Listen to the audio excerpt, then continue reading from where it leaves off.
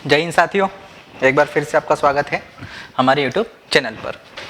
तो आज से हम स्टार्ट करने जा रहे हैं, पहला टॉपिक लेकर चलते हैं जो कि अपने जनरल एग्रीकल्चर से रिलेटेड है। फर्स्ट टॉपिक अपना है आज का agro climatic zone and agro ecological zone. अच्छा, क्या होता है कहीं पर एग्जामिनर कंफ्यूज करने के लिए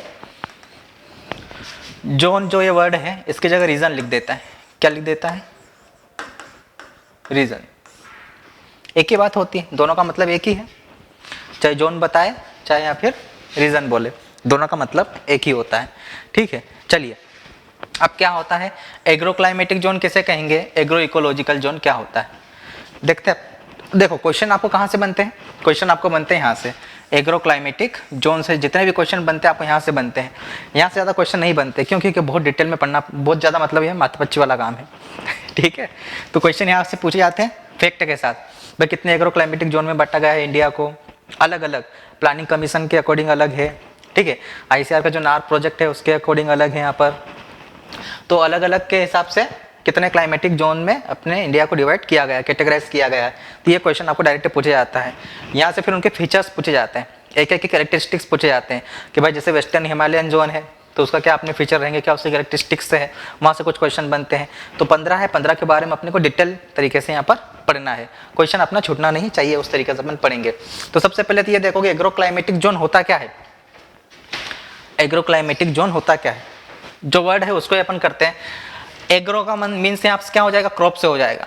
किससे लेकर चलते हैं अपन, जो एग्रो है वो किसको रिप्रेजेंट करता है, ऐसा मानो कि जो इसमें एग्रो वर्ड है वो किसको रिप्रेजेंट कर रहा है, क्रॉप्स को कर रहा है। और क्लाइमेट किसको, क्लाइमेटिक जो लिखा है किसको करेगा, क्लाइमेट को।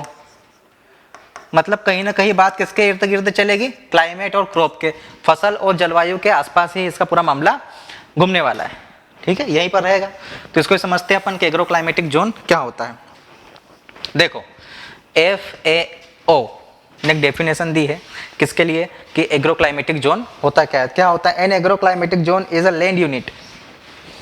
इसकी डेफिनेशन पहले लिख लो, an agro climatic zone is a land unit. क्या है, एक लैंड यूनिट है, भूमि की एक इकाई है, भूमि का एक टुकड़ा है। किसका, जमीन का एक टुकड़ा है। जैसे अपना इंडिया बहुत बड़ा है, ठीक है, तो इंडिया का कोई सा भी एक हिस्सा ले लो, कोई सा भी एक पर्टिकुलर जोन ले लो, कोई सा भी एक पर्टिकुलर यूनिट ले लो, लैंड यूनिट। ठीक है, वो वहाँ का जो क्लाइमेट रहेगा, मैंने आपको बताया किसके इर्द गिर्द चलेगा मामला सारा, क्रॉप और क्लाइमेट के बीच, फसल और जलवायु के आसपास सारा मामला रहेगा यहाँ पर। तो क्या रहेगा, एक ऐसी लैंड यूनिट होती है जहाँ का क्लाइमेट क्या होता है, एक स्पेसिफिक रेंज वाली क्रॉप के लिए और कल्टीवार्स के लिए सूटेबल होता है। ठीक है, उसी को अपन एग्रो क्लाइमेटिक जोन कहेंगे। मतलब ये ऐसा जोन होता है जहाँ का जो ऐसा लैंड यूनिट होता है या ऐसा क्षेत्र है, ठीक है ना, अपने इंडिया का ऐसा भाग होता है, भूभाग है, भू क्षेत्र है, जो भी आप कहना चाहो, ठीक, इंग्लिश में लैंड यूनिट है, जहाँ का क्लाइमेट क्रॉप्स के लिए और कल्टीवार्स के लिए सूटेबल रहेगा, उपयुक्त होता है। वहाँ का वातावरण क्या होता है, जलवायु क्या रहती है, फसल उत्पादन की दृष्टि से अच्छी होती है, सूटेबल होती है। और इस हिसाब से अपन ने इसको डिवाइड किस बेस पर किया है, ग्रोविंग पीरियड के बेस पर।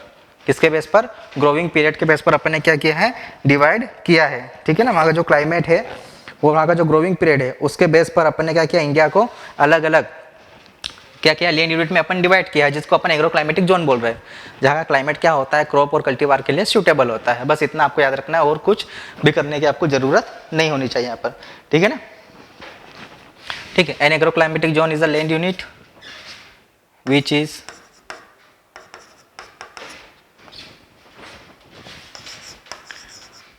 delineated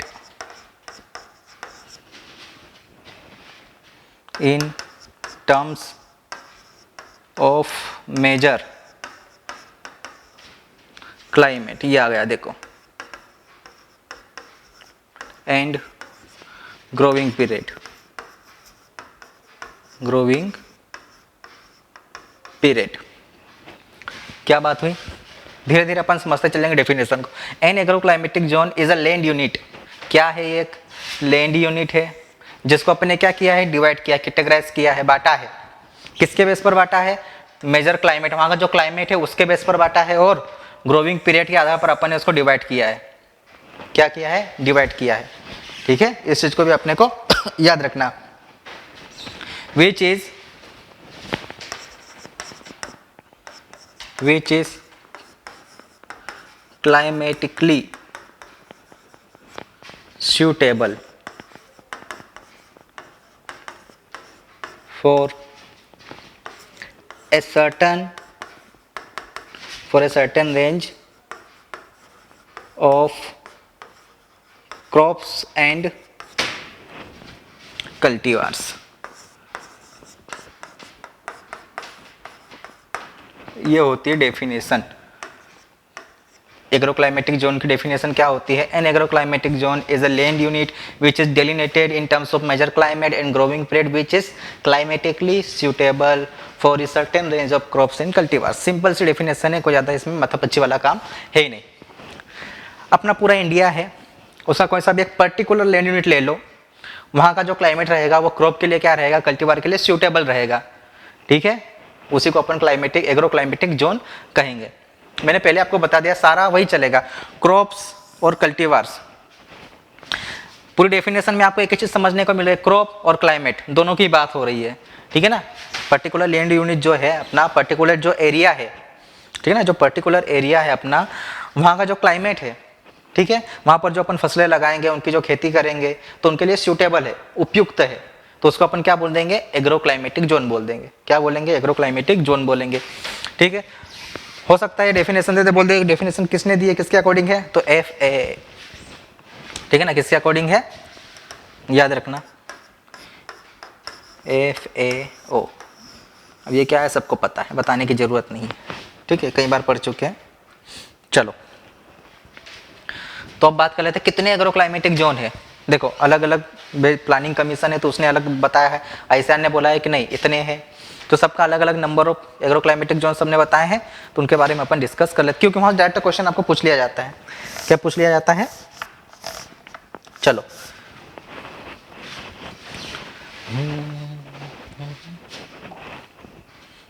देखो सबसे पहले बात कर लेते हैं जहाँ सबसे ज़्यादा बार क्वेश्चन पूछा गया है, कई बार क्वेश्चन आता है। ठीक है, पहला, according to planning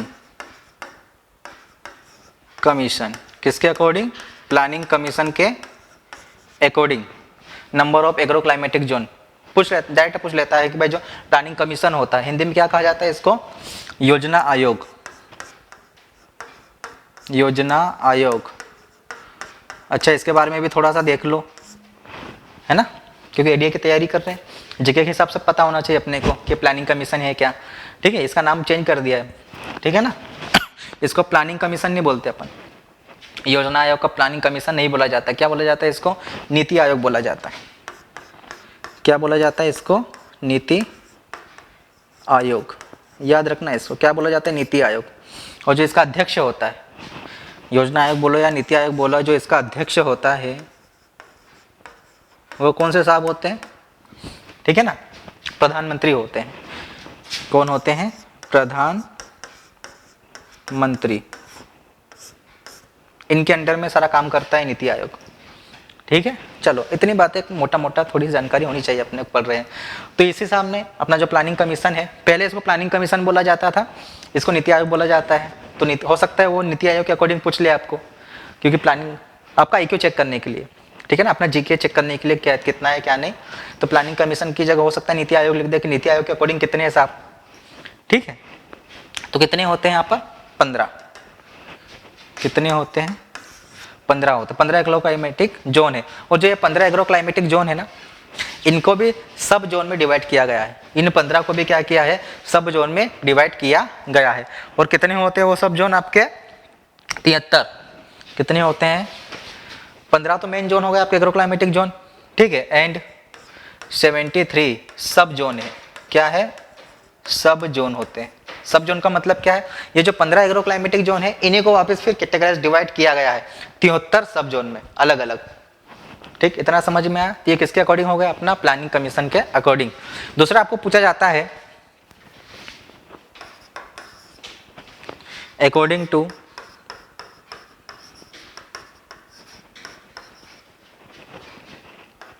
ICAR। ICAR ने एक प्रोजेक्ट चलाया था, कौन सा? नार्प। नार्प के नाम से अपन जानते हैं उसको। नार्प का फुल फॉर्म क्या होता है? National agriculture research project. क्या होता है? National agriculture research project. NARP है, नेशनल एग्रीकल्चर रिसर्च प्रोजेक्ट। इसका फुल फॉर्म है, याद रखना, इस पर से भी क्वेश्चन पूछा जाता है। तो इसके अकॉर्डिंग कितने होते हैं साहब? ये भी क्वेश्चन आपको कई बार पूछा गया है, ठीक है, याद रखना। 127, 127 होते हैं साहब, 127।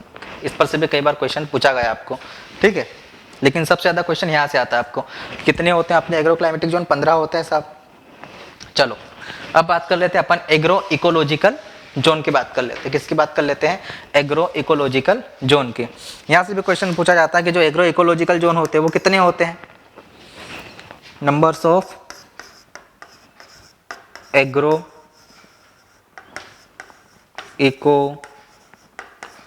Ecological zone. देखो number of agro ecological zone कितने? 20, 20 है। यहाँ से भी क्वेश्चन आपको कई बार पूछा गया है, याद रखना। एग्रो इकोलॉजिकल जोन कितने हैं अपने यहाँ पर इंडिया में? 20 है, ठीक है। अगर सब जोन पूछ ले तो 60, इन्हीं 20 को फिर डिवाइड किया गया है, एंड 60 सब रीजन या सब जोन, ये भी याद रखना। और ये किसके अकॉर्डिंग है? जो ये क्लासिफिकेशन दिया गया है ये किसने दिया है? ठीक है ना, इस पर से कई बार क्वेश्चन पूछा गया है, और किसने दिया है ये भी याद रखना आप लोग। ये जो 20 एग्रो इकोलॉजिकल जोन है, NB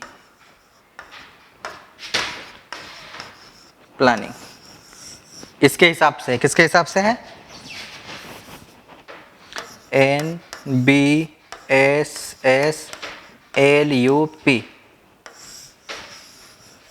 national bureau of soil survey and land use planning. इसके अकॉर्डिंग कितने हैं? 20 एग्रो इकोलॉजिकल रीजन्स होते हैं या जोन होते हैं, जिनको 60 सब जोन में फिर अगेन डिवाइड किया गया है या फिर बांटा गया है, ठीक है। तो अपने को पढ़ना कितने? ये नहीं पढ़ना अपने को पढ़ना है एग्रो क्लाइमेटिक जोन, जो कि कितने हैं? 15 है।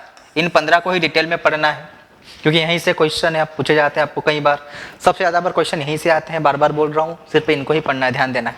लेकिन ये फैक्ट है कुछ कि एग्रो इकोलॉजिकल जोन कितने हैं, ICAR के अकॉर्डिंग कितने हैं एग्रो क्लाइमेटिक जोन, यहाँ से डायरेक्ट क्वेश्चन आपको पूछ लेता है सामने वाला। सबसे पहले अपन देखते हैं 15 है कौन कौन से। जो 15 होते हैं उनकी लिस्ट देख लो, पहले नाम देख लो कि कौन कौन से होते हैं एग्रो क्लाइमेटिक जोन। पहला देखो, रटना नहीं है बिल्कुल, क्या है रटना नहीं अपने को। सबसे पहले तो जैसे बताऊंगा वैसे याद कर लेना आप, ठीक है ना। अगर आप मैप देखो इंडिया का, ठीक है, तो सबसे ऊपर वाला जो पार्ट होता है ये वाला पार्ट, और एक ऐसी पट्टी जाती है, ठीक है, फिर इधर अलग अलग स्टेट आ जाते हैं, कुछ इस तरीके से है अपना मैप। तो ये वाला पार्ट यहाँ से लेकर ये वाला जो एरिया पूरा यहाँ से लेकर यहाँ तक, ये पूरा हिमालय कवर करता है।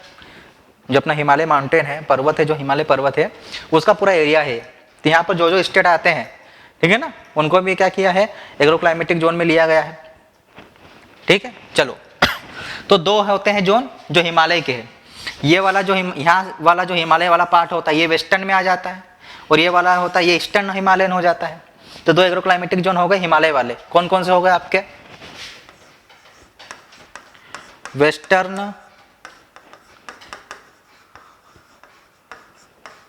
हिमालयन जोन, ये वेस्टर्न हिमालयन हो गया अपना, ये वाला एरिया। ये वाला कौन सा हो गया अपना? वेस्टर्न वाला हो गया। और इधर भी हिमालय का कुछ भाग इधर भी फैला हुआ है, पट्टियां हिमालय की पर्वत की, ठीक है, जो कि किधर आ जाता है? ईस्ट में आ जाता है अपना, इसलिए इसको ईस्टर्न बोल देते हैं अपन, ईस्टर्न हिमालयन जोन। ऐसे ही पढ़ना भी आपको, ठीक है ना। थोड़ा आपको मैप का थोड़ा आइडिया होगा तो अच्छे से याद हो जाएगा, आपको रटने की आवश्यकता बिल्कुल भी नहीं पड़ेगी। मैं पढ़ा भी दूंगा बिल्कुल मैप के अकॉर्डिंग, तो इजी भी पड़ जाएगा आपको। कैसे याद रखना है वैसे भी, ठीक है। तो देखो हिमालय है, हिमालय के लिए 2 अपन ने किए हैं, एक वेस्टर्न हिमालयन वाला और एक ईस्टर्न हिमालयन वाला, ठीक है। उसके बाद 4 आते हैं, 3 4 5 और 6। कौन से? 3 4 5 6। ये गंगेट, ये प्लेन जोन होते हैं। 3 4 5 6। ठीक है, देखो हिमालय पर्वत वाला काम हो गया। अब क्या चालू हो जाएगा? अब प्लेन मैदान वाला भाग चालू हो जाएगा। यहाँ पर प्लेन जोन हो जाएंगे। ठीक है सॉरी, कौन से जोन हो जाएंगे? प्लेन जोन स्टार्ट हो जाएंगे। कौन कौन से? देखो, lower Gangetic, middle Gangetic, upper Gangetic और ट्रांस गंगेटिक। ठीक है, क्या हो जाएगा? लोअर गंगेटिक प्लेन जोन, ठीक, मिडिल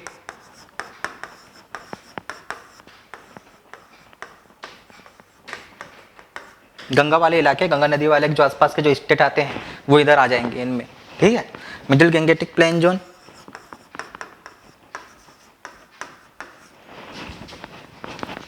लोअर हो गया, मिडिल हो गया, ठीक, सेंट्रल,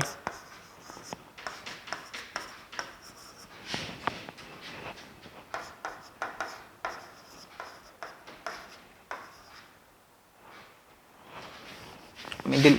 अच्छा, मिडिल मतलब सेंट्रल ही होता है। ठीक है, सेंट्रल गंगेटिक लिखे या फिर मिडिल गंगेटिक लिखे, एक ही है। तो lower Gangetic plain, middle Gangetic या सेंट्रल गंगेटिक प्लेन। और 5वें नंबर पे आ जाता है आपका upper Gangetic, upper Gangetic plain zone.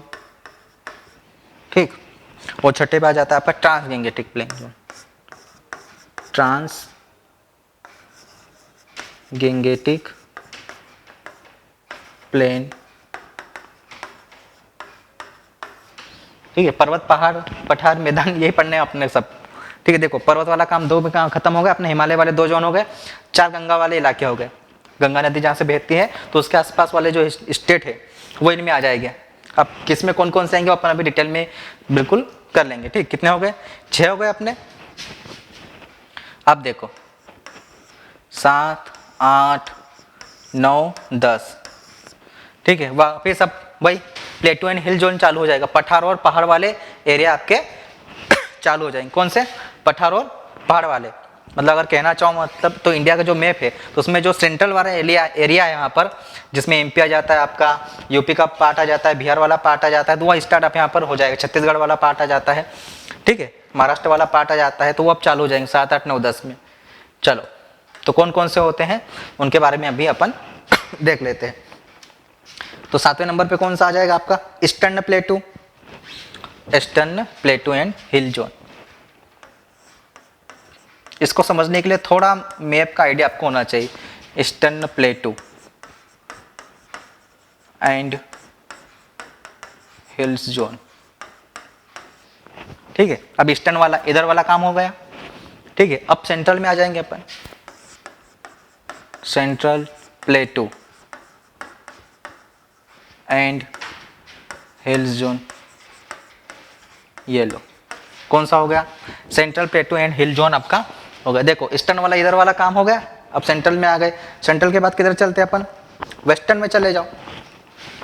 ठीक है ना, कहाँ पर? वेस्टर्न प्लेटू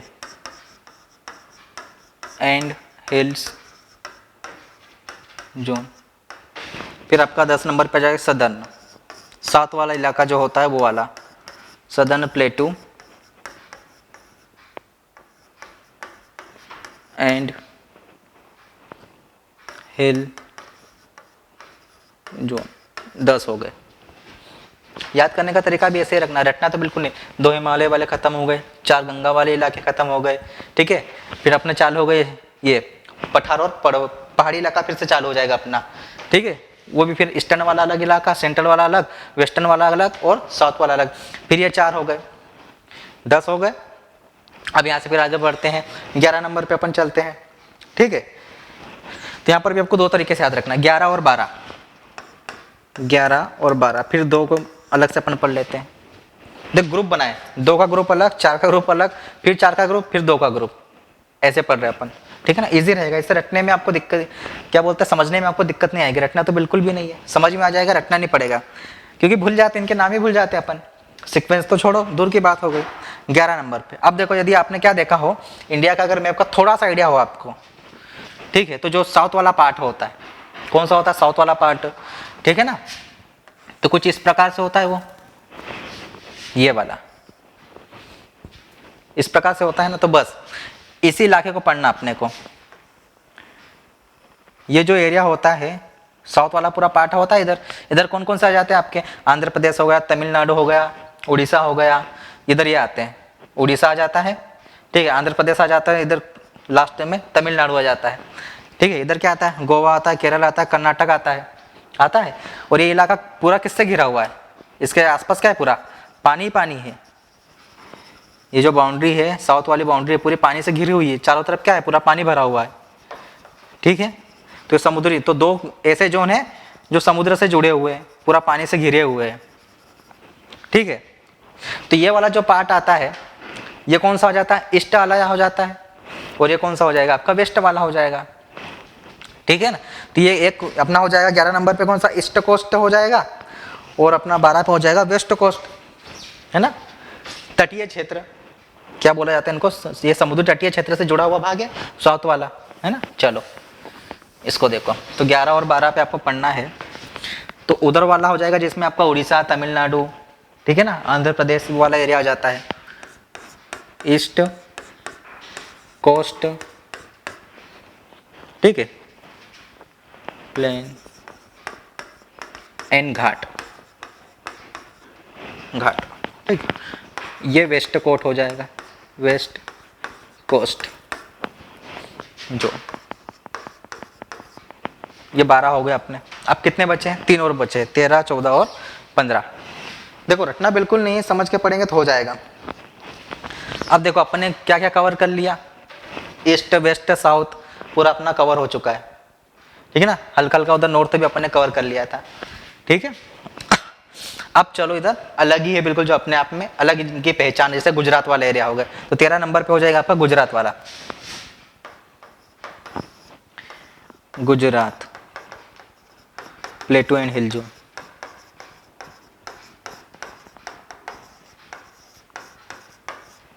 कौन सा हो जाएगा, गुजरात वाला हो जाएगा, ठीक है। चलो उसके बाद क्या हो जाएगा, 14 और 15, 2 बचे अपने। हाँ किधर करें अपन, इधर लिख देता हूं मैं, इनको मिठा कर लिख देते हैं अपन इधर,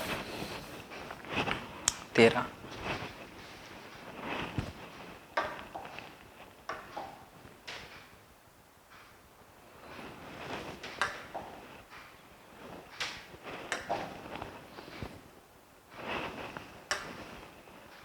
चलो 13 तक हो गए ना। अब 2 बचे अपने, 14 और 15, ठीक है। 15 तो पूरा आइलैंड वाला है, जिसमें अंडमान निकोबार आ जाता है, बिल्कुल एक अलग रहता है। मैंने आपको बताया था ये अपना साउथ वाला पोर्शन होता है, और इधर ये जो चैनल बने हैं इधर, ये वाला ये होता है 15 नंबर का। कौन सा नंबर, 15 नंबर का एग्रो क्लाइमेटिक जोन है, जिसमें अंडमान निकोबार और लक्षद्वीप आते हैं। इधर ये चैनल है ना इधर। चलो तो ये तो 15 नंबर पे हो जाएगा आइलैंड वाला, आइलैंड जोन। और तो 14 नंबर पर हो जाता है वेस्टर्न ड्राई जोन, जिसमें राजस्थान आ जाता है, बिल्कुल मैक्सिमम राजस्थान कवर हो जाता है वेस्टर्न ड्राई जोन में, बिल्कुल सूखा, ठीक है ना, रेतीला वाला क्षेत्र आ जाता है। तो इस प्रकार से अपने 15 एग्रो क्लाइमेटिक जोन होते हैं। इन्हीं को एक एक करके अपन में डिटेल अपन इनकी देखेंगे। चलो स्टार्ट करते हैं अपन, मैप के थ्रू ही पढ़ेंगे, आपको समझ में भी आ जाएगा कौन सा इलाका किधर जा रहा है।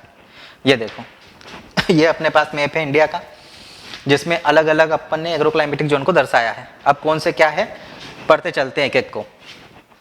सबसे पहले पढ़ते अपन 1 नंबर वाला, ये वाला कौन सा साहब, ये वाला इलाका, ठीक है ना। ये कितने नंबर का है, पहला, जिसको अपन ने वेस्टर्न हिमालयन जोन बोला था। क्या बोला था, western Himalayan zone, western Himalayan zone कौन सा है, वेस्टर्न हिमालयन जोन होता है आपका पश्चिमी हिमालय क्षेत्र, ठीक है। चलो अब इसमें कौन कौन से स्टेट आते हैं, सबको पता है, जम्मू कश्मीर हिमाचल प्रदेश। क्या आता है यहाँ पर, जम्मू एंड कश्मीर, हिमाचल प्रदेश, क्या आता है, जम्मू आता है, कश्मीर आता है, हिमाचल प्रदेश आता है, ये वाले पार्ट यहाँ पर स्टेट आ जाते हैं किसके अंदर, आपके वेस्टर्न हिमालयन में। ये क्वेश्चन कई बार पूछा जाता है, ठीक है ना। और कुछ भाग, क्योंकि यहाँ पर क्या होता है उत्तर प्रदेश लग जाता है इधर, ये पूरा यहाँ से यहाँ तक, फिर कुछ भाग यहाँ पर क्या यूपी का लग जाता है, तो some parts of UP hilly area, लेकिन उत्तर प्रदेश के भी कुछ ऐसे पार्ट जो कि क्या पर्वत जैसे हैं, पर्वतों से घिरे वो वाला पार्ट। मेजर क्या है यहाँ पर, कौन से स्टेट कवर करते हैं, जम्मू कश्मीर और हिमाचल प्रदेश, मेजर पार्ट इनका ही आता है, ठीक है। अब दूसरा बात, एग्रो क्लाइमेटिक जोन है तो क्लाइमेट की बात होनी चाहिए, तो यहाँ का क्लाइमेट कैसा होता है। अगर क्लाइमेट की बात करें यहाँ पर, तो यहाँ का क्लाइमेट कैसा होता है, क्लाइमेट होता है साहब यहाँ का कूल। कैसा क्लाइमेट होता है, कूल क्लाइमेट, ठंडे जलवायु होती है यहाँ की, बिल्कुल कैसे जलवायु होती है, ठंडी जलवायु होती है। क्यों, क्योंकि यहाँ पर बर्फ गिरी रहती है, साल भर बर्फ पड़ती है यहाँ पर, तो क्लाइमेट कैसा रहेगा, ठंडा रहेगा, ठीक, ठंडा ठंडा कूल कूल। आने वाला है मौसम स्टार्ट हो जाएगा अपना, ठीक। तो यहाँ पर क्या होता है, बर्फ ही बर्फ घिरी रहती है साल भर, इसलिए यहाँ का क्लाइमेट बहुत ठंडा होता है, ठीक है ना, जमा देने वाला होता है। घूमने के असली मजे इधर ही है बोला जाता है धरती का स्वर्ग कहा जाता है, ठीक। जो जम्मू कश्मीर होता है धरती का स्वर्ग है अपना, ठीक है, वाकई है, अच्छी अच्छी ठंडी ठंडी वादियाँ होती है। चलो दूसरा क्वेश्चन यहाँ से पूछा जाता है आपको। पहला क्वेश्चन, कौन कौन सी स्टेट आएंगे वेस्टर्न हिमालयन में, तो जम्मू कश्मीर हिमाचल प्रदेश और कुछ पार्ट आएगा उत्तर प्रदेश का। कौन सा पार्ट, जो हिली एरियाज होंगे उत्तर प्रदेश के वो आ जाएंगे, ठीक है। दूसरा क्वेश्चन आएगा भाई क्लाइमेट कैसा होगा यहाँ का, तो कूल क्लाइमेट होगा, स्वाभाविक सी बात है, क्यों, साल भर बर्फ गिरती रहती है तो क्लाइमेट बिल्कुल ठंडा होने वाला है, बहुत ठंडी जलवायु होगी। चलो उसके बाद तीसरा क्वेश्चन क्या पूछा जाता है, यहाँ की सोइल कैसी रहेगी, यहाँ की सोइल के बारे में पूछा जाता है। सोइल कैसी, तो स्केलेटल सोइल रहेगी यहाँ पर, स्केलेटल सोइल, ठीक है ना। हिंदी में इसको क्या कहा जाता है, अर्ध कचरी मिट्टी, अर्ध कचरी मिट्टी, कैसी मिट्टी, अर्ध कचरी मिट्टी, या फिर इसी को कंकालीय मिट्टी भी कहा जाता है, कंकालीय, हिंदी में कंकालीय मिट्टी। आप तो इंग्लिश में याद रखना, जो टर्म्स होते हैं वो इंग्लिश में पढ़ो तो अच्छा रहेगा, कंफ्यूज नहीं होगे। अर्ध कचरी मिट्टी बोलो या कंकाली मिट्टी बोलो, स्केलेटल सोइल यहाँ पर आपको देखने को मिलेगी। इसका मतलब क्या होता है साहब, देखो जो सोइल होती है जानते हो आप कैसे बनती है, वेदरिंग होता है, उसमें क्या होता है, वेदरिंग होता है, फिजिकल वेदरिंग होती है, केमिकल वेदरिंग होती है, बायोलॉजिकल वेदरिंग का भी कुछ पार्ट उसमें शामिल होता है, तब जाके अपने को एक सोइल मिलती है बढ़िया वाली, बनकर तैयार होती है वेदरिंग के थ्रू। वेदरिंग मतलब टूटने की प्रोसेस, किसके टूटने की, चट्टानों के टूटने की प्रोसेस, ठीक है ना, रॉक्स होती है उनकी वेदरिंग होती है और सोइल बन जाती है। तो क्या होता है, फिजिकल वेदरिंग होगी साहब, पहले तो क्या होगी, फिजिकल वेदरिंग होगी, फिजिकल वेदरिंग।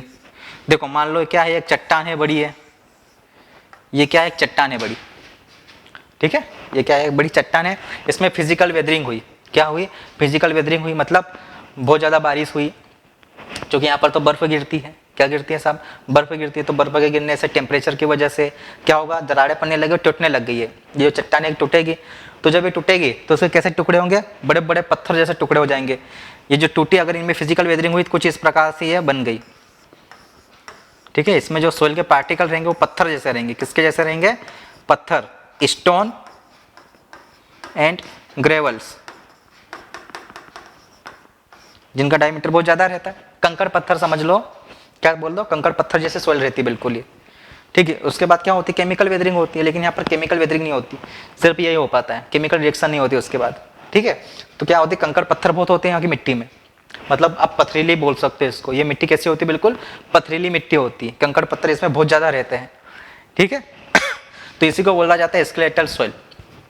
यहाँ पर वेदरिंग हुई, वो जो मिट्टी है उसमें कंकड़ पत्थरों की मात्रा बहुत ज़्यादा है, किसकी मात्रा बहुत ज़्यादा है, कंकड़ और पत्थरों की मात्रा बहुत ज़्यादा होती है, इसलिए इसको स्केलेटल सोइल बोला जाता है। मतलब फिजिकल वेदरिंग के बाद और केमिकल वेदरिंग के पहले की जो स्टेज होगी और जो सोइल बनेगी वही होती है स्केलेटल सोइल आपकी, अर्ध कचरी मिट्टी, इसलिए बोला अर्ध कचरी मिट्टी, पूरी तरीके से अभी तैयार नहीं हुई है, आधी तैयार हुई है, अभी कंकड़ पत्थर है, फिर इसके बाद केमिकल वेदरिंग होती तो कंकड़ पत्थर से बिल्कुल भूसा चूरा बन जाता और अपनी सोइल बनकर तैयार हो जाती है, ठीक है ना। लेकिन इसको अर्ध कचरी इसीलिए बोल रहे हैं कि अब इसमें कंकड़ पत्थर है अभी बचे हुए हैं, इसलिए इसको अर्ध कचरी मिट्टी अपन बोलते हैं, ठीक है, स्केलेटल सोइल। ये क्वेश्चन भी आपको पूछा जाता है, कई बार क्वेश्चन पूछा गया है। चलो दूसरा, क्रॉपिंग इंटेंसिटी यहाँ पर बहुत कम होती है। अगर पर्टिकुलर आपको पूछे कि जम्मू कश्मीर और हिमाचल प्रदेश में क्रॉपिंग इंटेंसिटी बताओ कहाँ पर ज़्यादा होती है, तो हिमाचल प्रदेश में हाईएस्ट क्रॉपिंग इंटेंसिटी होती है, जम्मू कश्मीर में लो क्रॉपिंग इंटेंसिटी होती है। इस चीज़ को भी अपने को याद रखना है, ठीक है। तो ये कुछ बातें हैं किसके बारे में, वेस्टर्न हिमालयन जोन के बारे में, जो आपको याद रखनी है। कौन कौन से स्टेट आएंगे, जम्मू कश्मीर, हिमाचल प्रदेश और उत्तर प्रदेश के हिली एरियाज, ठीक है, कुछ, पूरा उत्तर प्रदेश नहीं, कुछ हिली एरिया, ठीक है। दूसरा, ये तो स्टेट वाली बात हो गई।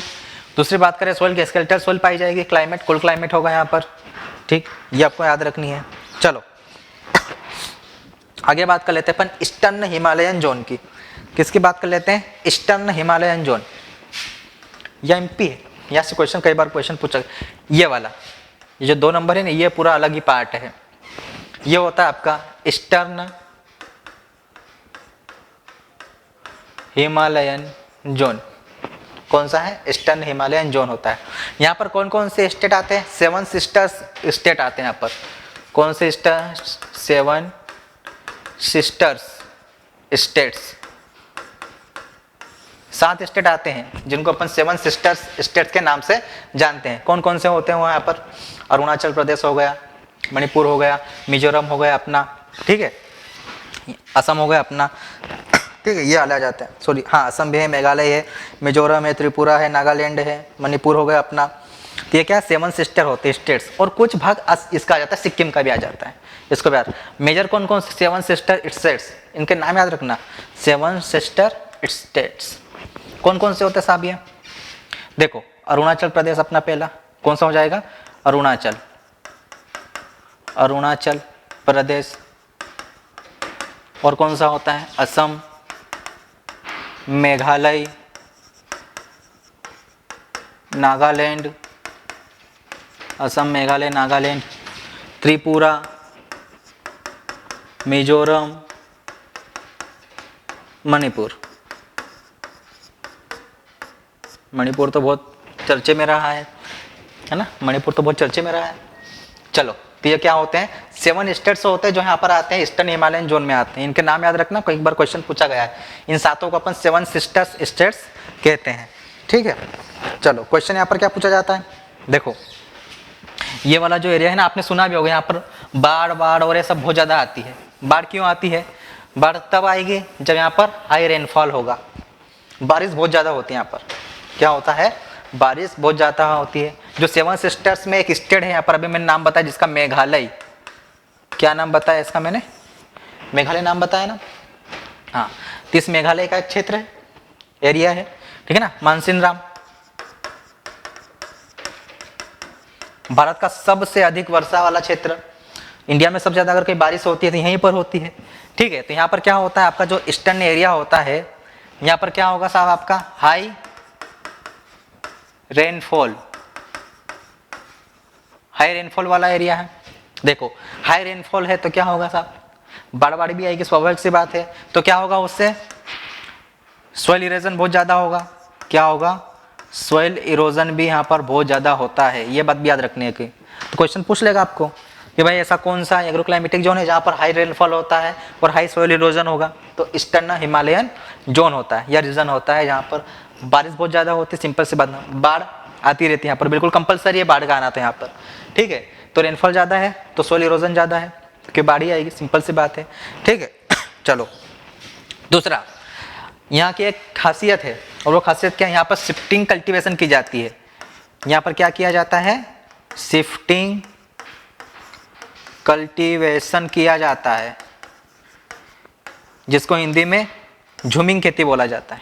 क्या बोला जाता है, झूमिंग खेती, ठीक है ना। बहुत सारे इसके अलग अलग नाम होते हैं, अपन पहले भी इसके बारे में डिस्कस कर चुके हैं। देखो यहाँ पर क्या किया जाता है साहब, आपका शिफ्टिंग कल्टीवेशन किया जाता है। अब शिफ्टिंग कल्टीवेशन क्या होता है, मान लो ये जमीन है, एक एरिया अपन ने डिसाइड कर लिया, यहाँ पर फसलें अपन ने उगा ली,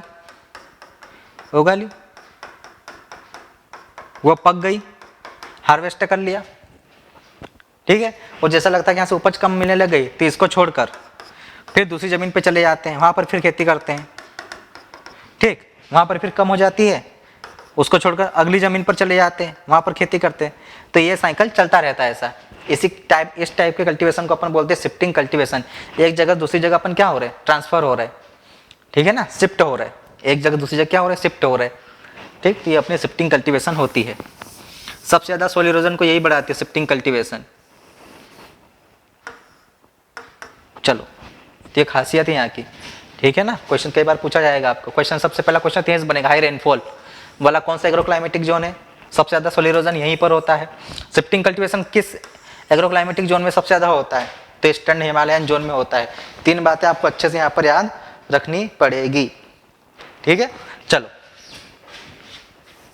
अब बात कर लेते हैं, ये 2 वाले काम हो गए अपने, पहला और दूसरा। 2 हिमालय के जोन खत्म। अब गंगा वाले इलाके, जो 4 एग्रोक्लाइमेटिक जोन है वो गंगा से जुड़े हुए, जो गंगा नदी है ना उनसे जुड़े हुए हैं। कौन कौन से, ये 4 5 6, 3 4 5 6। कौन कौन सा, 3 नंबर वाला, ये 3 नंबर, 4 नंबर, 5 नंबर और 6 नंबर, इस प्रकार से। तो देखो ये 3 नंबर वाला सबसे नीचे है, तो ये क्या हो जाएगा आपका, lower Gangetic plain zone. Lower Gangetic, Gangetic को मैं जी कर देता हूँ, प्लेन को पी कर देता हूँ। Lower Gangetic plain zone, GP. GP मतलब गंगेटिक प्लेन, ठीक है। तो लोअर गंगेटिक प्लेन जोन है क्योंकि ये सबसे नीचे है। अब इसमें कौन सा स्टेट आएगा आपका, यहाँ पर आता है आपका वेस्ट बंगाल, पश्चिम बंगाल आता है यहाँ पर। क्या जाता है आपका, पूरा पश्चिम बंगाल यहाँ पर कवर हो जाता है इसके अंदर, याद रखना। और कुछ नहीं, बस स्टेट के बारे में याद रखना कि कौन सा स्टेट आ रहा है यहाँ पर, वेस्ट बंगाल आ रहा। तो ये लोअर गंगेटिक जोन होगा। थोड़ा ऊपर चलोगे, ये कौन सा हो जाएगा आपका, मिडिल, सेंटर में आ गए अपन इधर। तो ये कौन सा हो जाएगा, मिडिल गंगेटिक प्लेन जोन, बीच वाला क्षेत्र गंगा का, ठीक है ना। गंगा बीच से बहने लग गई, तो इसमें कौन सा हो जाएगा आपका, बिहार। मेजर पार्ट आ जाएगा यहाँ पर, किसका, बिहार का। और कुछ पार्ट यहाँ पर आएगा आपका यूपी का, उत्तर प्रदेश का। कौन सा, ईस्टर्न वाला पार्ट, जो इधर यूपी का इधर वाला पार्ट आएगा ना, वो वाला ईस्टर्न वाला, ईस्टर्न यूपी, ईस्टर्न यूपी, ठीक है। कौन सा पार्ट हो जाएगा, यूपी का ईस्टर्न यूपी वाला एरिया भी यहाँ पर आपका कवर हो जाएगा, ठीक है। चलो दूसरा आपको यहाँ पर याद रखना है, हाईएस्ट क्रॉपिंग इंटेंसिटी होती है साहब पूरी इंडिया में। अगर देखा जाए तो सबसे ज़्यादा क्रॉपिंग इंटेंसिटी कहाँ पर होती है, मिडिल गंगेटिक प्लेन जोन में, एमपी है। यहाँ पर क्या होती है, हाईएस्ट क्रॉपिंग इंटेंसिटी, सीआई कितनी, 142% है यहाँ की। कितनी है, 142%। जबकि इंडिया की कितनी है, जो इंडिया की क्रॉपिंग इंटेंसिटी होती है वो कितनी है, 136 के अप्रोक्स है, 136 to 138% के लगभग है। ये लो, पूरे इंडिया में अगर देखा जाए तो सबसे ज़्यादा क्रॉपिंग इंटेंसिटी कहाँ की है, मिडिल गंगेटिक प्लेन की, जिसके अंदर क्या आता है, बिहार पूरा कवर हो जाता है लगभग पूरा, और ईस्टर्न यूपी, ठीक। जो पूर्वी उत्तर प्रदेश होता है उसका कुछ एरिया इसके अंदर आता है, ठीक। इसको भी याद रखना है। तो एक पॉइंट यहाँ पर मेजर आता है, एक तो स्टेट से क्वेश्चन पूछा जाता है, दूसरा क्रॉपिंग इंटेंसिटी से पूछा जाता है, ठीक है। दूसरा हाईएस्ट ग्रोस क्रॉप्ड एरिया कहाँ पर है, यहीं पर है, highest gross cropped area, 40% of total area. कितना है, 40% होता है टोटल एरिया का, जो ग्रोस क्रॉप्ड एरिया होता है यहाँ पर सबसे ज़्यादा होता है। अब देखो 2 टर्म आगे आएगी, एक टर्म आएगी नेट सोन एरिया, और यहाँ पर आएगी ग्रोस क्रॉप्ड एरिया। वो पढ़ाऊंगा और ये भी पढ़ाऊंगा, दोनों होता क्या, दोनों में डिफरेंस क्या होता है अभी अपन देख लेंगे। अभी सिर्फ इतना देख लो कि हाईएस्ट ग्रोस क्रॉप्ड एरिया कहाँ का है, मिडिल गंगेटिक प्लेन जोन का ही होता है। तो यहाँ से 3 चीज़ें आपको जाननी रहेगी, हाईएस्ट क्रॉपिंग इंटेंसिटी होता है, हाईएस्ट ग्रोस क्रॉप्ड एरिया होता है, इंडिया की कितनी क्रॉपिंग इंटेंसिटी होती है, और कौन कौन से स्टेट आते हैं ये, ठीक है। अब मिडिल हो गया। अब थोड़ा ऊपर चलो, ऊपर गए तो क्या हो गया, अपर गंगेटिक प्लेन जोन। कौन सा हो गया आपका, अपर गंगेटिक प्लेन जोन। अब इसमें ज़्यादा आपको डिटेल में पढ़ना नहीं है, ठीक है, इंपॉर्टेंट भी नहीं है। अब यूपी का देखो, ईस्टर्न वाला किस में मिडिल में आ गया, यहाँ पर यूपी आता है, यूपी का वेस्टर्न, तो इसमें कौन सा हो जाएगा, वेस्टर्न यूपी आ जाएगा इसके अंदर, western part of UP, western parts of UP. Important है ही नहीं। अब इन 4 में से सबसे ज़्यादा इंपॉर्टेंट है 4 नंबर वाला मिडिल गंगेटिक प्लेन जोन, और 6 नंबर वाला जिसको ट्रांस गंगेटिक प्लेन जोन बोलते हैं अपन, ये वाला। ये कौन सा है आपका, ट्रांस गंगेटिक प्लेन जोन, ये है इंपॉर्टेंट। एक ये और एक जो मिडिल में पड़ा, ये वाला। इन 2 में सबसे ज़्यादा क्वेश्चन पूछा जाता है। तो मिडिल में कौन कौन से क्वेश्चन पूछते हैं वो अब यहाँ पर देख लो, कौन कौन से क्वेश्चन आपको बनेंगे। ट्रांस गंगेटिक प्लेन जोन में कौन कौन से बनेंगे, इसको भी देख लो आप। ठीक है। देखो हाईएस्ट ग्रोस क्रॉप्ड एरिया कहाँ पर पढ़ा था अपन ने, मिडिल में ना, तो यहाँ पर हाईएस्ट सोन एरिया होता है, highest net sown area, highest net sown area कहाँ पर है, transgangetic, highest irrigated area transgangetic, highest irrigated area, irrigated area कहाँ पर है, यहीं पर है। सबसे ज़्यादा सिंचाई वाला क्षेत्र यही है, सबसे ज़्यादा शुद्ध परिशुद्ध खेती वाला क्षेत्र यही है, हाईएस्ट नेट सोन एरिया भी यहीं पर है, हाईएस्ट इरिगेटेड एरिया भी यही है, ठीक है। अच्छा देख लो यहाँ पर कौन कौन से एरिया आते हैं उनके बारे में देख लेना, ठीक है। चलो अब इरिगेशन बहुत ज़्यादा हो रही, किसके थ्रू होती है, यहाँ पर नहरों के द्वारा सबसे ज़्यादा सिंचाई होती है, highest canal irrigated area, canal irrigated area, maximum use of ground water का सबसे ज्यादा कहीं पर यूज किया जाता है, maximum use of ground water, use बोला यूटिलाइजेशन बोलो एक ही बात है, maximum utilisation of ground water और maximum use of ground water, ठीक है। चलो ग्राउंड वाटर जो सोर्स होते हैं, ठीक है, जैसे नहरें हो गई, नदियाँ हो गई, तालाब हो गई, इनके पानी का यदि सबसे ज़्यादा कोई यूज़ कर रहा है तो वो कौन कर रहा है, यही एरिया कर रहा है, ये एग्रोक्लाइमेटिक जोन कर रहा है, इसमें जो जो स्टेट आते हैं वो काम कर रहे हैं यहाँ पर, ठीक है। तो ये कुछ बातें हैं। अब देख लो यहाँ पर इनके नाम या स्टेट के नाम याद रख लेना, यहाँ पर कौन कौन से स्टेट यहाँ पर आपको देखने को मिलेंगे, ठीक है। पूरा भाई ये वाला एरिया का देखो, पंजाब हो गया, दिल्ली हो गया, चंडीगढ़ हो गया, हरियाणा हो गया, वो वाला सारा एरिया यहाँ पर। तो कौन कौन से स्टेट है इसके अंदर इंक्लूड है, स्टेट्स अगर आपको पूछे तो पंजाब, ठीक, दिल्ली, चंडीगढ़ हो जाएगा आपका, चंडीगढ़, हरियाणा हो जाएगा, ठीक है। अच्छा राजस्थान का एकमात्र एरिया आता है यहाँ पर, एक डिस्ट्रिक्ट है राजस्थान का, गंगानगर, उसको याद रखना स्पेसिफिक, कौन सा district, Ganganagar, Ganganagar district of Rajasthan, district of Rajasthan, देख लो क्यों राजस्थान जुड़ा हुआ है इधर, राजस्थान जो फैला हुआ पार्ट है वो इनसे जुड़ा हुआ है, इसकी बॉर्डर जरा लगती है इधर, ठीक है। तो उसका जो गंगानगर डिस्ट्रिक्ट है वो इसके अंदर आता है, किसके अंदर, ट्रांसगैंगेटिक प्लेन जोन के अंदर आता है, एकमात्र जिला आता है राजस्थान का सिर्फ। तो इतनी बातें आपको याद रखनी है ट्रांसगैंगेटिक प्लेन जोन के बारे में, ठीक है ना। 4-5 बातें हो गई। तो 2 हिमालय वो इंपॉर्टेंट है, क्वेश्चन दोनों में से पूछा जाता है। 4 गंगा वाले उसमें से 2 इंपॉर्टेंट है, 4 वाला और 6 वाला, मिडिल गैंगेटिक वाला इंपॉर्टेंट है और अपना ट्रांसगैंगेटिक वाला इंपॉर्टेंट, यहाँ सबसे ज़्यादा क्वेश्चन पूछे जाते हैं अपने को। अब पढ़ते 7, 8, 9, 10, कौन से 7, 8, 9, 10, ठीक है। सेंट्रल से थोड़ा नीचे, सेंट्रल से थोड़ा इधर साउथ की तरफ हम बढ़ते चलेंगे अपन, देखो कैसे, इसको अपन कर देते हैं।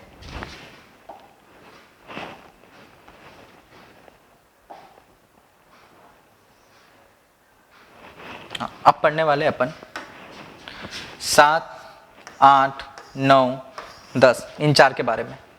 सेंट्रल कवर करेंगे, पूरा सेंट्रल हो जाएगा, इसमें पूरा सेंट्रल कवर हो जाएगा, सेंट्रल इंडिया होगा ना, वो पूरा सेंट्रल इंडिया कवर हो जाएगा और साउथ वाला कुछ पोर्शन आ जाएगा इसके अंदर। तो 7, 8, 9, 10 वाले, तो 7 के अंदर अपना सॉरी 7 के अंदर आपका कौन सा आता है यहाँ पर, ईस्टर्न प्लेटू एंड हिल, ये 7 है, ये कहाँ पर, इसका नाम क्या, eastern प्लेटू and hill zone, eastern प्लेटू and hill zone. ये भी ज़्यादा इंपॉर्टेंट नहीं हो, पढ़ने वाले इसको ज़रूरत नहीं है आपको, ठीक है। क्वेश्चन ज़्यादा यहाँ से पूछा नहीं जाता आपको, तो पढ़ने की ज़रूरत नहीं है। अगला आता है 8 नंबर का, ठीक है। चलो ये अपने लिए इंपॉर्टेंट है, एमपी वालों के लिए, इसमें पूरा एमपी लगभग कवर हो जाता है। 46 डिस्ट्रिक्ट हैं जो एमपी के इसके अंदर कवर होते हैं। Central plateau and hill zone, ये जो 8 नंबर वाला है, इसलिए इसको नाम भी दिया central plateau and hill zone, and hill zone. जो सेंट्रल इंडिया के स्टेट है ना वो इसके अंदर कवर हो जाते हैं, हिल जोन। तो कौन कौन सा आता है इसके अंदर, याद रखना, 46 डिस्ट्रिक्ट ऑफ एमपी, इसके अलावा क्या क्या आ जाता है यहाँ पर, छत्तीसगढ़ वाला पार्ट भी इसमें कवर हो जाता है, ठीक है। और इसमें उत्तर प्रदेश वाला कुछ भाग आ जाता है इसके अंदर, किसका, यूपी वाला, ठीक है। और कुछ पार्ट इसमें राजस्थान का भी आ जाता है, छत्तीसगढ़, यूपी एंड राजस्थान। पूरा राजस्थान नहीं है, ठीक है, some part of Rajasthan, some parts of Rajasthan. आप तो इसको याद रखोगे एमपी के नाम से। क्या आता है इसके अंदर, एमपी, मैक्सिमम एमपी कवर कर रहा है। 46 डिस्ट्रिक्ट्स हैं एमपी के, अब कौन कौन से हैं वो मत याद रखना, ठीक है। सिर्फ इतना याद रखना कि 46 डिस्ट्रिक्ट्स होते हैं एमपी के जो इसके अंदर आते हैं, central plateau and hill zone, MP वाला इलाका अपना, ठीक है। चलो 7 होगा, 8 होगा। अब 9वें नंबर पे चलो अपना, उधर देख लो, मैप में देख लो क्या है अपना, ठीक, वेस्टर्न प्लेटू एंड हिल जोन, ये वाला, ये महाराष्ट्र वाला एरिया होगा, पूरा महाराष्ट्र कवर कर लेता है। ये कौन सा होता है, वेस्टर्न प्लेटू एंड हिल जोन है, महाराष्ट्र आ जाता है। क्या जाता है इसके अंदर, महाराष्ट्र आ जाता है, ठीक है।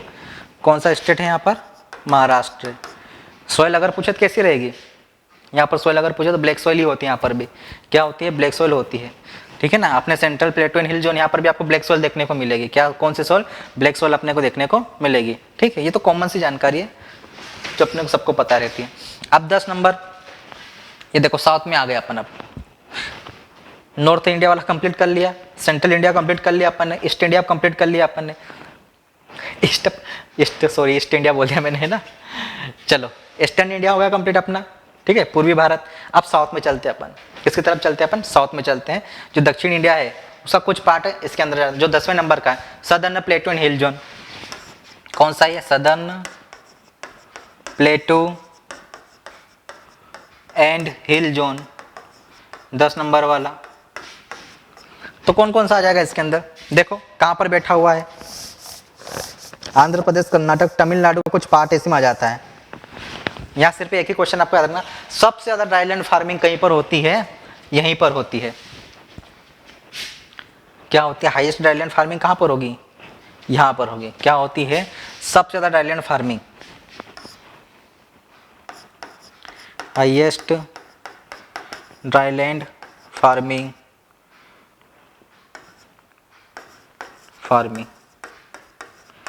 कहाँ पर होती है, सदर्न प्लेटू एंड हिल जोन में होती है, जिसमें कौन कौन सा था, आंध्र प्रदेश आ जाता है, कुछ पार्ट कर्नाटक का आ जाता है, कुछ पार्ट तमिलनाडु का भी आ जाता है, कुछ पार्ट आता है, पूरा तमिलनाडु नहीं, तमिलनाडु तो अपने आप में अलग है, अभी बताऊंगा मैं आपको, ठीक है ना।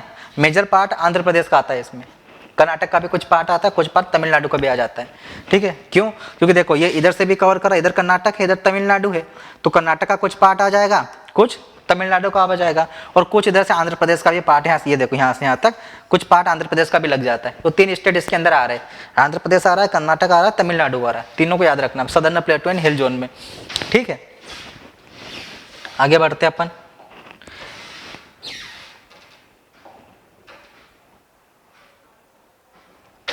अब बात कर लेते हैं दो जो समुद्र से जुड़े हुए है ना, किससे, समुद्री सीमा से जुड़े हुए हैं, ठीक है। तो एक है अपना 11 नंबर वाला, एक है 12 नंबर वाला। अब मैंने पहले बताया था ये पूरा इलाका जो है ये वाला पानी वाला इलाका है। क्या साहब, ये पूरा पानी पानी, इधर ये जो इलाका है इधर क्या है साहब, पूरा पानी पानी है, ये पूरा पानी पानी है, समुद्र वाला इलाका है, चारों तरफ पानी पानी इसके। ये तो ये 11 और ये 12, तो ये वाला जो आता है ये ईस्ट में आ जाता है। कौन सा पार्ट हो जाता है, ये ईस्ट वाला, इसलिए इसको बोला जाता है ईस्ट कोस्ट, है ना, east coast plain and ghat zone. और ये वेस्ट कोस्ट वाला हो जाता है, कौन सा, वेस्ट कोस्ट प्लेन जोन। चलो east coast plain and ghats. चलो तो 11 और 12 ये 2 हो गए। अब देखो ईस्ट में कौन कौन से आएंगे और वेस्ट में कौन कौन से स्टेट आएंगे।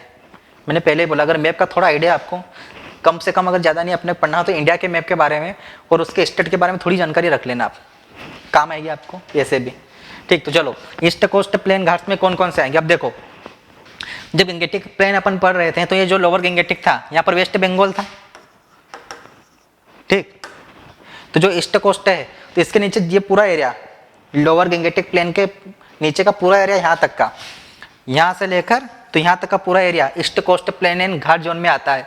ठीक है, अब कौन कौन से स्टेट आएंगे, तो वेस्ट बंगाल को छोड़ दो तो क्या आ जाता है, देखो वेस्ट बंगाल के जैसे नीचे उतरोगे तो क्या आ जाएगा आपका उड़ीसा आ जाता है, आंध्र प्रदेश लग जाता है और इधर तमिलनाडु लग जाता है।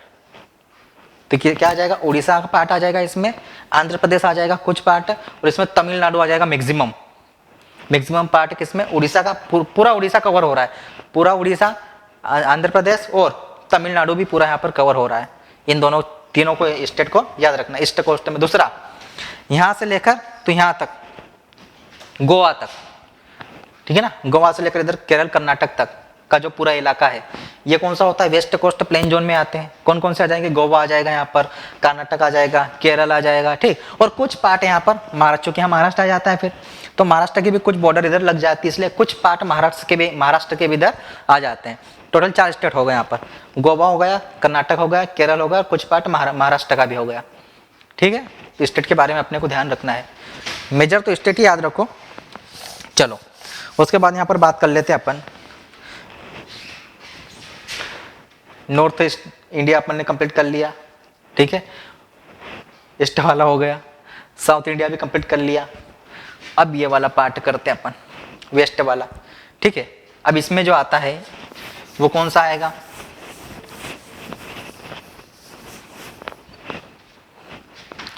इसमें आएगा आपका ये 13 नंबर अलग ही इस प्रकार से बनता है ना, ये कौन सा है, गुजरात है। कौन सा इलाका होता है आपका, ये गुजरात वाला इलाका होता है। ठीक है ना, गुजरात प्लेटो एंड हिल जोन आता है इसके अंदर। ठीक है, इस रीजन को किस नाम से जाना जाता है, या इस जोन को, इस एग्रो क्लाइमेटिक जोन को ऑयल सीड रीजन के नाम से जाना जाता है। किस नाम से, अल्सो कोल्ड एज, याद रखना है इसको, किस नाम से जाना जाता है, also called as oil seed region. क्यों, क्योंकि यहाँ पर सबसे ज़्यादा ऑयल सीड की खेती करते हैं अपन, जो ऑयल सीड क्रॉप्स होती है ना, तिलहन वाली फसलें, उनकी खेती यहाँ पर की जाती है इसलिए। दूसरा जो पॉइंट आपको यहाँ पर याद रखना है, केवल गुजराती आता है, ठीक है ना, इसलिए सिर्फ मैंने यहाँ पर गुजरात लिखा, ये देखो। दूसरा पॉइंट यहाँ पर है हाईएस्ट सेलाइन एरिया, हाईएस्ट सेलाइन एरिया। ठीक है ना, जो जमीन होती है, भूमि होती है यहाँ की, ठीक है ना, सोइल, उसके ऊपर बिल्कुल सेलाइन की लेयर हो जाती है, सोल्ट की लेयर जम जाती है वाइट। तो क्या होता है यहाँ पर, तो आपको अगर थोड़ा सा आइडिया होगा तो गर्मियों के सीजन में, ठीक, जो अभी का सीजन चल रहा है ना, बिल्कुल स्प्रिंग वाला सीजन होता है, ठीक है ना, और समर सीजन, तो छुट्टियों के लिए कई लोग यहाँ पर जाते हैं इसको देखने के लिए, क्योंकि धूप जब गिरती है इसके ऊपर तो सोल्ट की पूरी लेयर है तो बिल्कुल चमकती है। ठीक है, तो वहाँ पर फोटो खिंचवाने के लिए, पिकनिक मनाने के लिए, हॉलीडेज के लिए लोग जाते हैं यहाँ पर बढ़िया के लिए। तो यहाँ पर हाईएस्ट सेलाइन एरिया भी है, कहाँ पर, गुजरात में। और गुजरात का भी स्पेशल कौन सा है, जो कच्छ वाला एरिया होता है, कच्छ रण वाला है ना, वो वाला एरिया, वहाँ पर जाते हैं बहुत सारे लोग जाते हैं, जो अभी सीजन चल रहा है इसी सीजन में जाएंगे। ठीक है ना, जाना शुरू कर दिया होगा।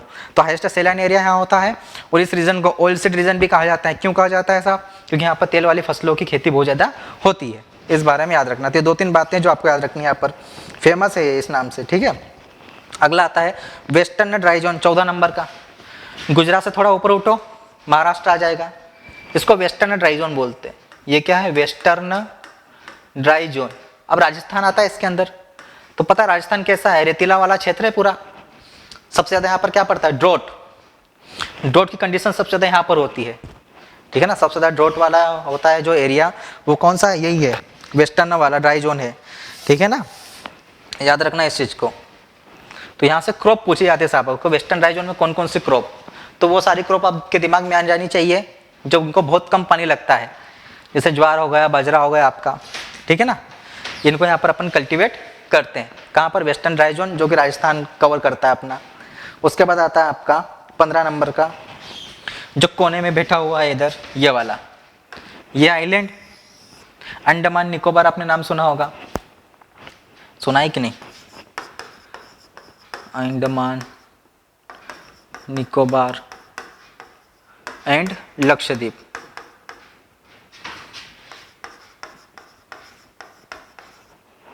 आइलैंड, अंडमान निकोबार एंड लक्षद्वीप समूह, ये इसके अंदर आते हैं। ये अपना होता है आइलैंड एग्रोक्लाइमेटिक जोन। कोई इसके बारे में कुछ नहीं पढ़ना अपने को, सिर्फ नाम याद रखना, बिल्कुल अलग ही होता है, ठीक है ना। जब भी अगर इसके बिना अपना इंडिया कंप्लीट नहीं है। कहीं जब भी अपने इंडिया का मैप बनाते हैं ना तो सिर्फ इतना बना के छोड़ देते हैं, जबकि ये भी अपने इंडिया में ही आता है, ये इंडिया से अलग नहीं है, इंडिया का ही पार्ट है। तो इंडिया का मैप कंप्लीट कब होता है, जब इसको भी अपन इसके साथ में ड्रॉ करते बनाते हैं, तब एक कंप्लीट इंडिया तैयार होता है। अगर इसको मैं यहाँ से हटा दूँ और इसको बता, ये पूरा कंप्लीट इंडिया थोड़ी है। इंडिया मतलब ये भी है, जो ये वाला इंडिया है अपना, ये इंडिया का ही पार्ट है, अलग वाला पार्ट नहीं है, ठीक है। चलो, तो ये क्या हुए अपने एग्रोक्लाइमेटिक जोन, जहाँ सबसे ज़्यादा क्वेश्चन आपको पूछे जाते हैं, वो अपन यहाँ पर डिस्कस पूरी तरीके से किए हैं। और आपको मैंने बताया था कि एक चीज़ बताऊंगा मैं आपको, डिफरेंस बताने वाला हूँ। किसके बीच में डिफरेंस देखते हैं अपन,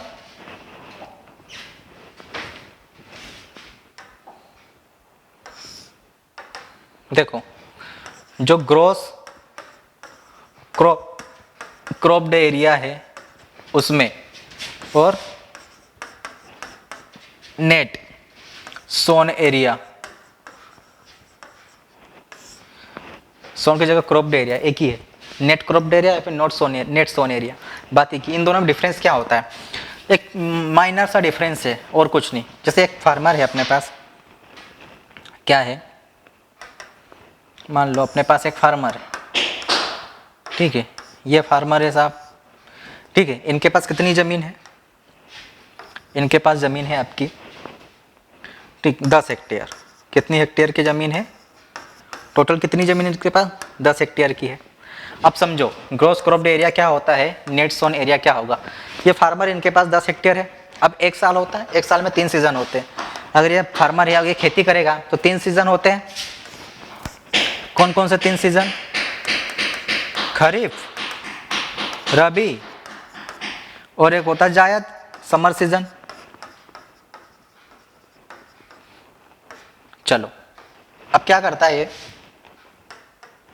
ये फार्मर जिसके पास 10 हेक्टेयर जमीन है, कितनी जमीन है, 10 हेक्टेयर पूरी जमीन है, ये एक साल में केवल एक बार खेती करेगा, और जितने हेक्टेयर में खेती करेगा वो उसके लिए नेट सोन एरिया है। तो एक साल में 3 सीजन होते हैं, इन तीनों सीजन में सिर्फ मान ले इसने खरीफ में खेती करी और पूरे 10 हेक्टेयर पर खेती कर ली। कितने हेक्टेयर जमीन पर, 10 हेक्टेयर थी और पूरे 10 हेक्टेयर बुआई कर दी खरीफ में। रबी सीजन भी खाली छोड़ दिया इसने और जायद का सीजन भी खाली छोड़ दिया, कोई खेती नहीं करता, सिर्फ खरीफ में कर रहा है। और कितने हेक्टेयर पर कर रहा है, 10 हेक्टेयर। तो जो 10 हेक्टेयर इसका है नेट सोन एरिया, क्या है, कौन सा एरिया, नेट सोन एरिया। अब देखो ग्रोस क्रॉप्ड एरिया किसको बोलेंगे, वही 3 सीजन है। अब ये क्या करता है, खरीफ में 10 हेक्टेयर जमीन पर खेती करता है, पूरे एरिया पर खेती कर रहा है खरीफ में। रबी में 5 हेक्टेयर पर खेती कर रहा है, सिर्फ 5 हेक्टेयर खाली छोड़ रहा है, आधी जमीन पर खेती कर रहा है, ठीक। और जायद में क्या कर रहा है, यहाँ पर इसमें भी 5 हेक्टेयर पर खेती कर रहा है, 5 हेक्टेयर यहाँ पर भी खाली छोड़ रहा है। तो 10, 5, 15 और 5, 20, टोटल हो जाएंगे कितने, 10 + 5 + 5, तो कितने हो जाएंगे, 20 हेक्टेयर। तो ये जो 20 हेक्टेयर आया है ये इसका ग्रोस क्रॉप्ड एरिया है। कौन सा एरिया है, ग्रोस क्रॉप्ड एरिया है। अब अंतर समझ में आ गया होगा आपको अच्छे से कि नेट सोन एरिया क्या होता है और ग्रोस क्रॉप्ड एरिया क्या होता है, ठीक है। अगर जो फार्मर होता है वंस इन अ ईयर, एक साल में सिर्फ एक ही बार खेती कर रहा है, एक ही सीजन में खेती कर रहा है और जितने एरिया पर कर रहा है, तो वो जो एरिया रहेगा वो नेट सोन एरिया रहेगा। जैसे मैंने बताया कि रबी और जायद को खाली छोड़ रहा था और खरीफ में पूरे 10 हेक्टेयर पर खेती कर रहा था, जितनी जमीन थी पूरे उस पर खेती कर रहा था। अगर वो 5 हेक्टेयर पर भी करता तो 5 हेक्टेयर उसके लिए नेट सोन एरिया हो जाता, लेकिन उसने 10 पे करी तो 10 हेक्टेयर उसके लिए नेट सोन एरिया हो गया। लेकिन वही फार्मर आगे क्या कर रहा है, खरीफ में भी कर रहा है, रबी में भी कर रहा है, जायद में भी कर रहा है, लेकिन कितने कितने हेक्टेयर पर कर रहा है, टोटल 10 हेक्टेयर है, तो 10 में से खरीफ में पूरे 10 हेक्टेयर पर कर लिया उसने खेती, रबी में 10 में से 5 हेक्टेयर पर करी, 5 को खाली छोड़ दिया, जायद में भी उसने क्या किया, 5 हेक्टेयर पर खेती करी, 5 हेक्टेयर को खाली छोड़ दिया।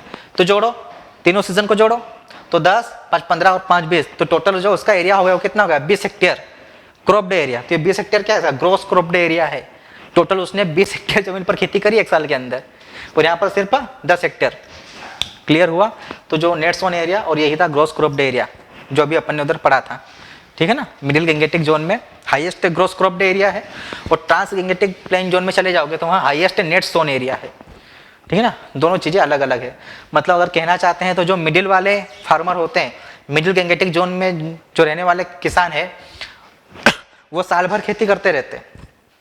ये देखो, खरीफ में भी खेती करते हैं, रबी में भी करते हैं, जायद, तीनों सीजन में क्या करते हैं, फसलें उगाते हैं। लेकिन जो अपने इसके हैं ट्रांस गैंगेटिक जोन वाले हैं, मिडिल गैंगेटिक वाले, तीनों सीजन में खेती करते हैं, साल भर खेती करते रहते हैं, साल भर फसलें उगाते हैं। लेकिन जो अपने ट्रांस गैंगेटिक जोन वाले होते हैं, वो सिर्फ एक साल में एक ही बार खेती करते हैं, साल भर नहीं खेती करते, सिर्फ साल में एक ही बार खेती करते हैं, एक सीजन में खेती करते हैं। अब वो चाहे खरीफ में फसल उगाए, चाहे रबी में उगाए, चाहे जायद में उगाए, तीनों में से किसी एक ही सीजन में लेंगे। ठीक, क्लियर हो गया। चलो, तो पहला यूनिट का अपन ने पहला टॉपिक कंप्लीट किया है, agro climatic zone and agro ecological zone के बारे में अपन ने यहाँ पर डिस्कस किया है। ठीक है, इसमें अगर आपको कुछ और डाउट हो तो बताना, उसके बारे में अपन डिस्कस कर लेंगे। तो थैंक यू, जय हिंद।